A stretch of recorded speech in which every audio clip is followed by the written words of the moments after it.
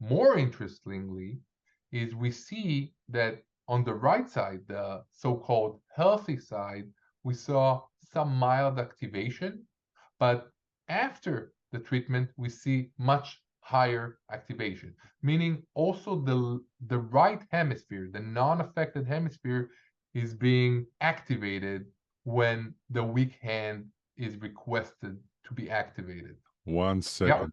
Yeah, That's neuroplasticity happening right there, right? exactly. This is exactly neuroplasticity right in front of your eyes. So we're talking about both on the injured hemisphere and the non-injured hemisphere. And the reason why we get the other side being affected is the lower image. You're able to see here is the connectivity. There is a connection between the injured side and the non-injured side. This is the Recovery After Stroke podcast with Bill Gassiamis, helping you navigate recovery after stroke.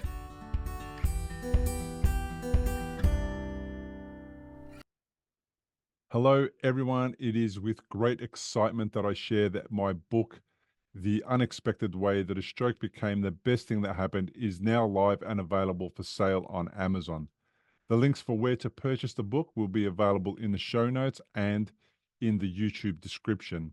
Also, if you go to your local Amazon and type in my name, Bill Gassiamis, which if that's too hard, you can also type in stroke, the best thing.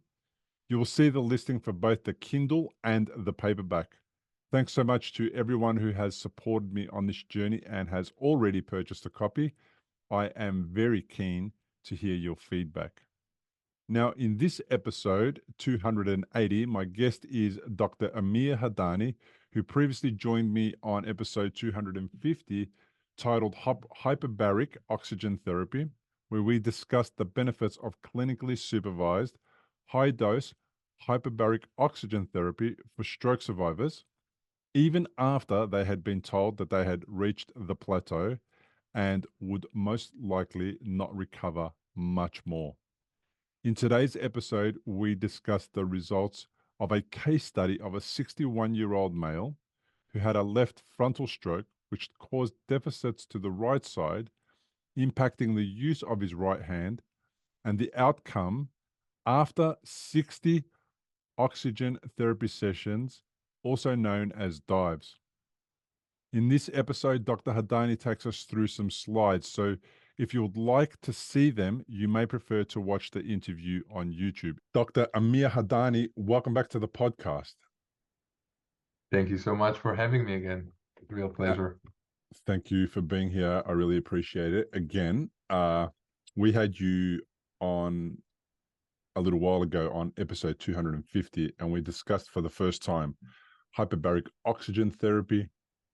And we spoke about a few things that your organization, your team has found out, in that there is a way to discover penumbras, areas of the brain that are able to be rehabilitated many, many years after the initial 12 to 24 months after stroke, and that you guys have had with oxygen, hyperbaric oxygen therapy, some amazing results in helping stroke survivors improve their deficits and get better in places where they perhaps didn't think that there was any improvement to be had.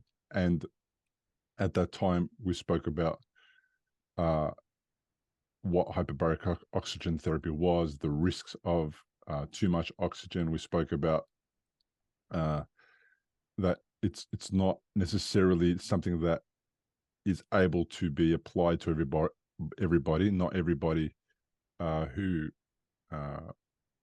comes in for evaluation is a suitable candidate. They may not have penumbras that are able to be rehabilitated. And the episode, I've got to say, did get quite an interesting response, because there are people who are getting hyperbaric oxygen tanks and putting them into their homes and doing their own therapy without any real idea, monitoring or guidance or support by anyone from the medical field. Yeah. So it was a very interesting episode for that. Here we've got one extreme. People I had a couple of episodes before you on the podcast who were doing it completely on their own without medical support. And then we've got the complete opposite on the other end of the spectrum, with hundreds of thousands of dollars being spent into this, perhaps even more than that. And then whole clinics, research studies, proper evidence-based method.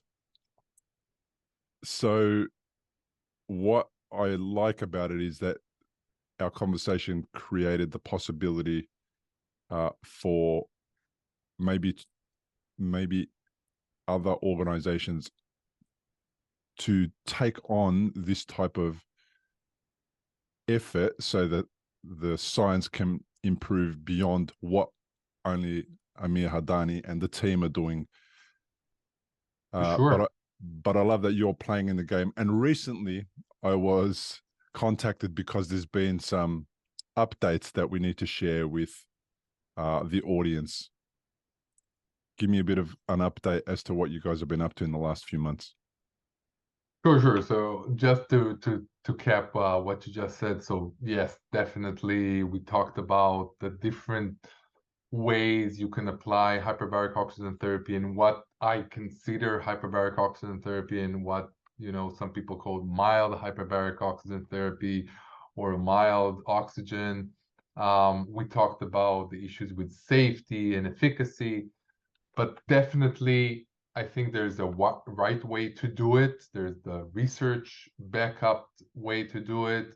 And by all means, I'm opening my arms and hands, reaching out to do more research, to prove it much further and further along.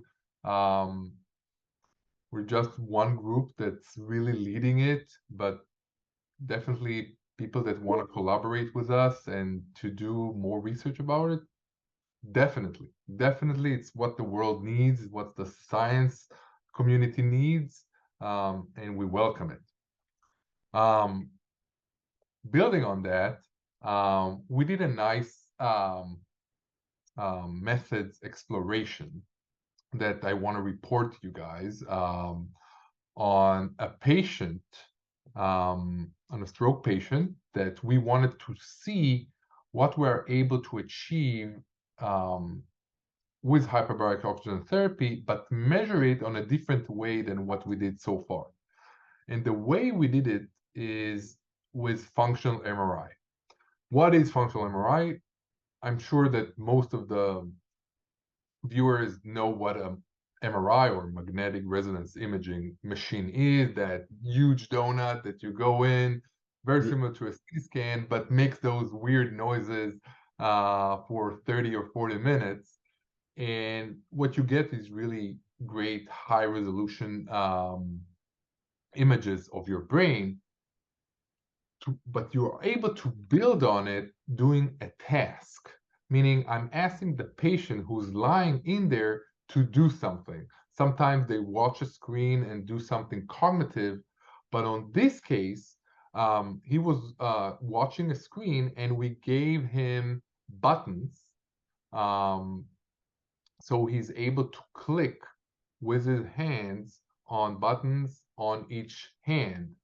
And he's supposed to react to what is being told on the screen. Click on it now, click on it now, and he has to do it as fast as possible with his hands.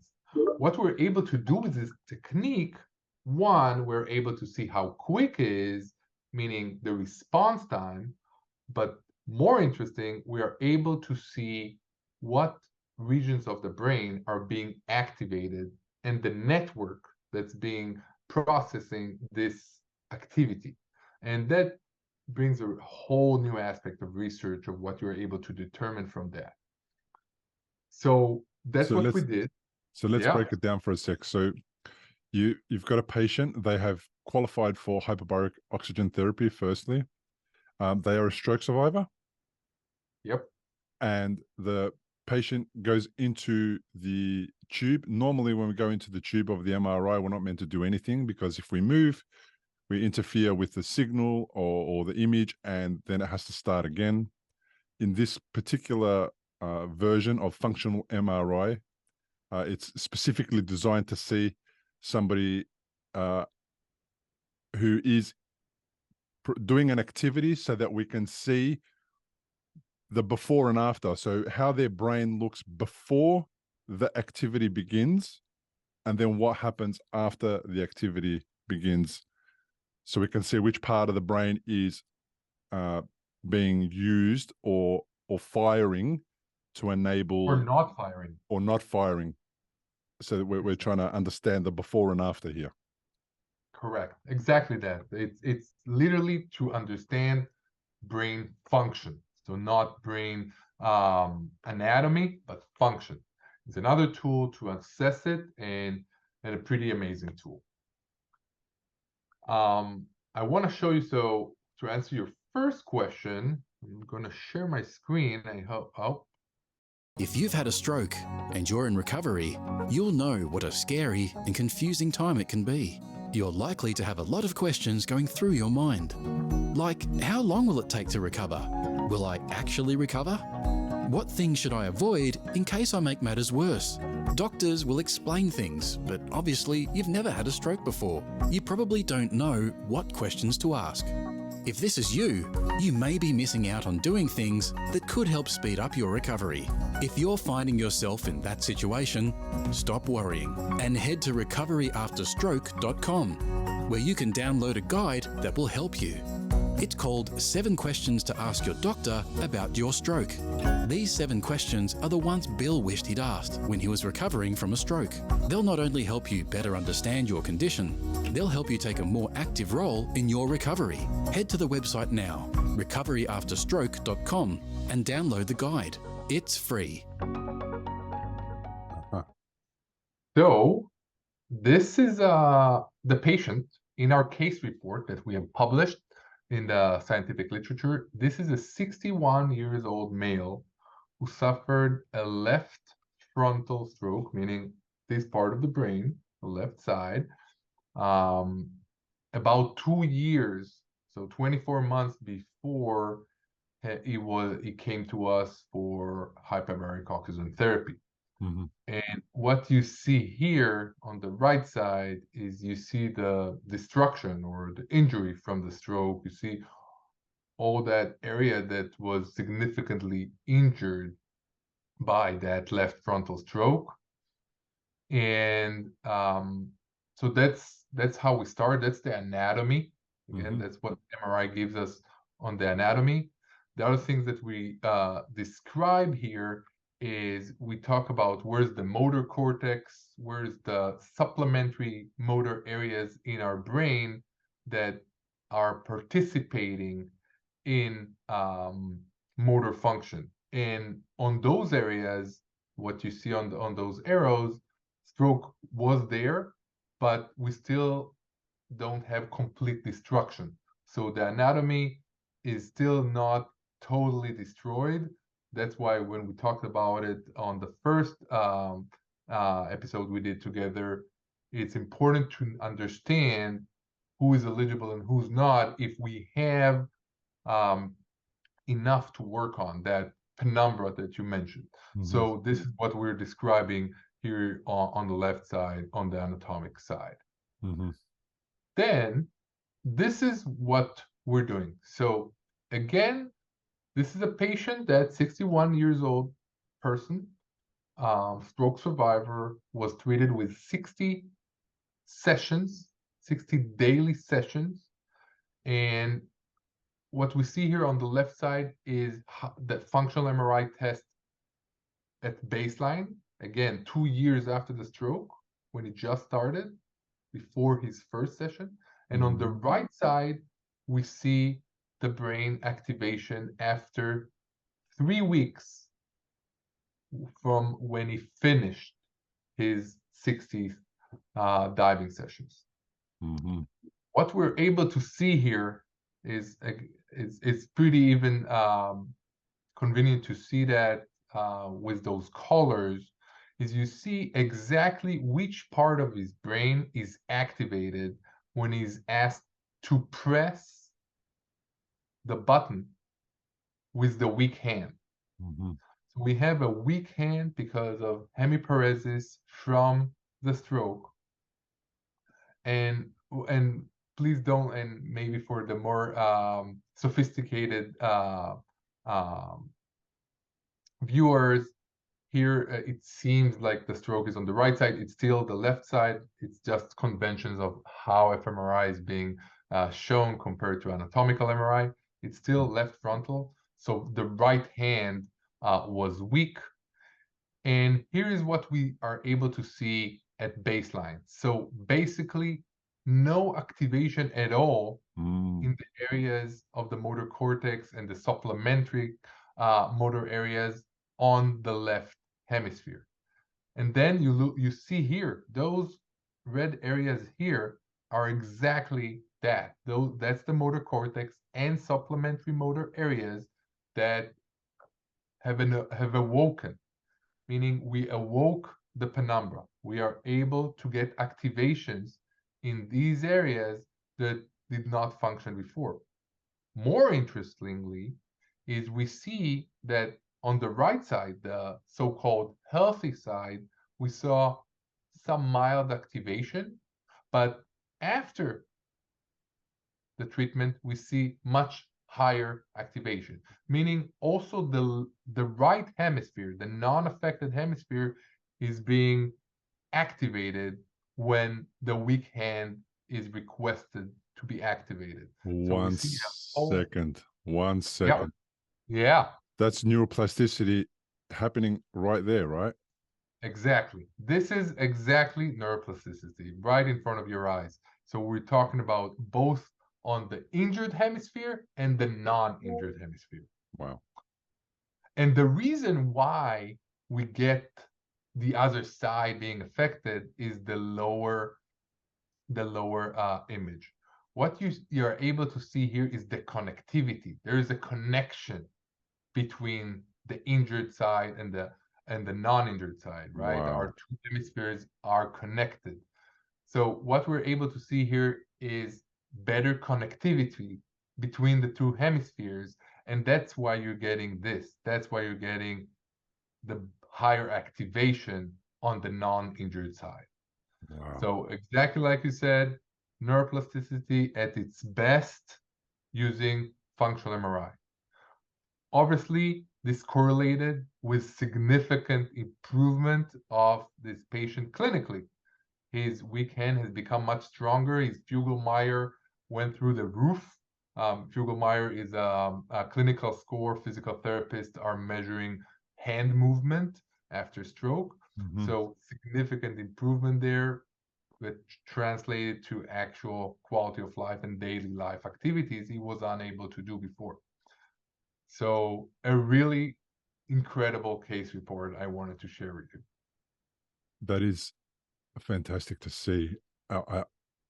And you imagine neuroplasticity and people tell you about neuroplasticity, but it's this enigma. You can't really see it happening unless there's an exterior outcome. And if the outcome isn't dramatic, well, people don't recognize and perhaps don't give it the credit where credit is due.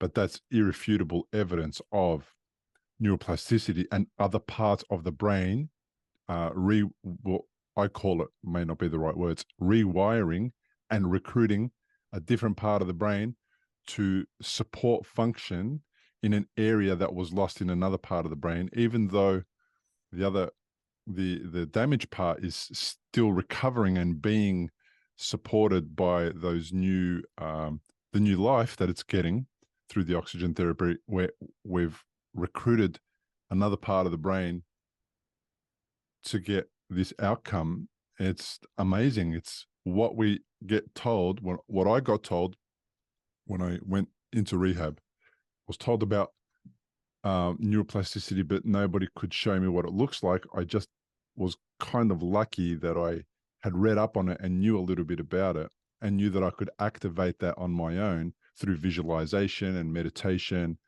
and being more consciously aware of the way that I needed to walk after brain surgery when I wasn't able to walk.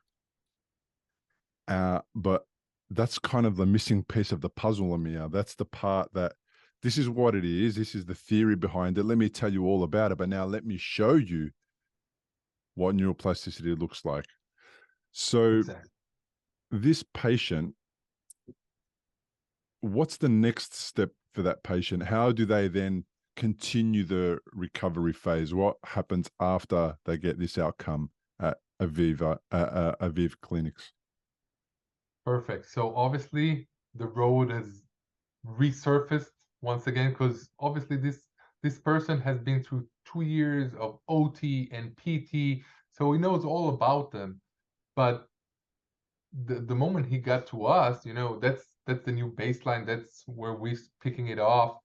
And when we are able to generate neuroplasticity, we want to capitalize that, right? So now we're pushing him to much, much bigger challenges through more PT and more OT to use the new abilities, to stimulate more and more the new parts of his brain that are able to generate new function. So he's working every day, PT and OT, and getting stronger and stronger because, as you know, you have to get your muscle back, and you need to regenerate those fine movements much, much better. So he's on a new road now, to much, much better daily life. Yeah. After 60 dives, did you do? Yep, 60. After 60 dive, is there a need to do more dives? Would it be more beneficial to continue? I imagine, like a Formula One car, at some point, you can spend X amount of time to get little result. And it's what the insurance companies use as supposedly the excuse that you've reached the plateau. So, he reached the plateau, or this patient reached the plateau. Then the plateau was smashed, and additional recovery was verified. Then he's back into rehab.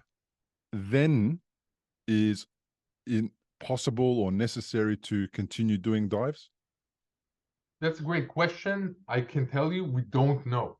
But the issue is whatever he gained, he gained. Those networks that we saw are going to be there. The activation that we saw are going to be there. They're not going to be lost from not using them or anything. He has built the rewiring you mentioned, and that's not going to go away. The real question is if we wait a while and then do more, another program, will we gain more? That's a great question, and this is still something that we're investigating. And the real approach to it is, again, to do the evaluation to see, do we have more penumbra to work on? Do we think there is more penumbra that's able to react on another one or not? And that's a really great question. Usually, most of the improvement in neuroplasticity we get on the first program, but are there cases that can benefit from a second or third one? Yes, there are, but we still don't have enough to predict which one they are, and we do them on a case-by-case evaluation. Again, probably he'll be back to us within a year. We're going to do the assessment again, rethink it, do the functional MRI again, see if we have more to work on or not. Yeah. And who handles the occupational therapy and the physical therapy? Is that done by somebody that the clinic collaborates with, or is it done by his own therapists? So usually when they're with us, when during the 60 session, it's all by us. So we have our own PT and our own OT, to really be available to them on a daily basis, really hammer it as much as possible, give them the guidance to do everything. But once they're out and go back to their daily lives, in most cases they do not use our guides and go to their own, but with our guidelines and what we want them to do, with our recommendations, exactly what do they do. Okay, so I understand. So it's easier to control the, well, it's not a study, but it's easier to control the whole process if the therapists are in-house, so to speak, and then Right.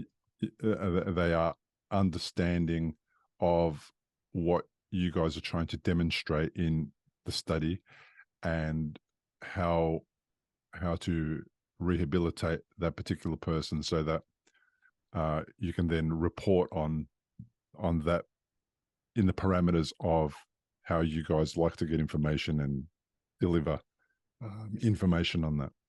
Well, that is fascinating, just as fascinating as it was when we first spoke in episode 250.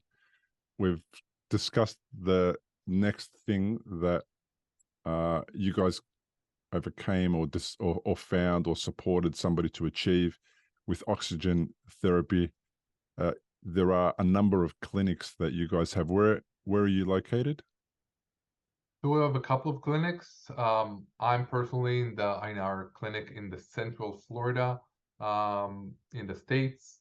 We have another one in Asia, in Dubai, and our third one is in Israel, and that's where we do most of our clinical research as well. So right now, those three clinics are our main ones. For everybody who's listening, this is an episode that would be awesome if you happen to go to YouTube and watch it. The links will all be in the show notes. Go to recoveryafterstroke.com/episodes. You can find out more about the clinic there. I'll link back to the clinic and also to the YouTube video. And you just need to see those images because a picture tells 1,000 words. And it's really exciting. I get so excited when I see things like that, that I would encourage everybody who's listening, instead of watching on YouTube, to go and have a look. Dr. Amir Hadanny, thank you again for joining us on the podcast. Thank you, Bill. Thank you for having me. Appreciate it. Thanks again for joining us on today's episode. Remember, go to Amazon and type in Bill Gassiamis or Stroke the Best Thing to grab a copy of my book, which is available now. You can get it on paperback, or you can get it on Kindle. Now, if you're a stroke survivor with a story to share about your stroke experience, come and join me on the show. The interviews are not scripted. You do not have to plan for them. All you need to do to qualify is be a stroke survivor or care for someone who is a stroke survivor. If you are a researcher who wants to share the findings, like Dr. Amir, of a recent study, you are looking to recruit people into studies, you may also wish to reach out and be a guest on my show.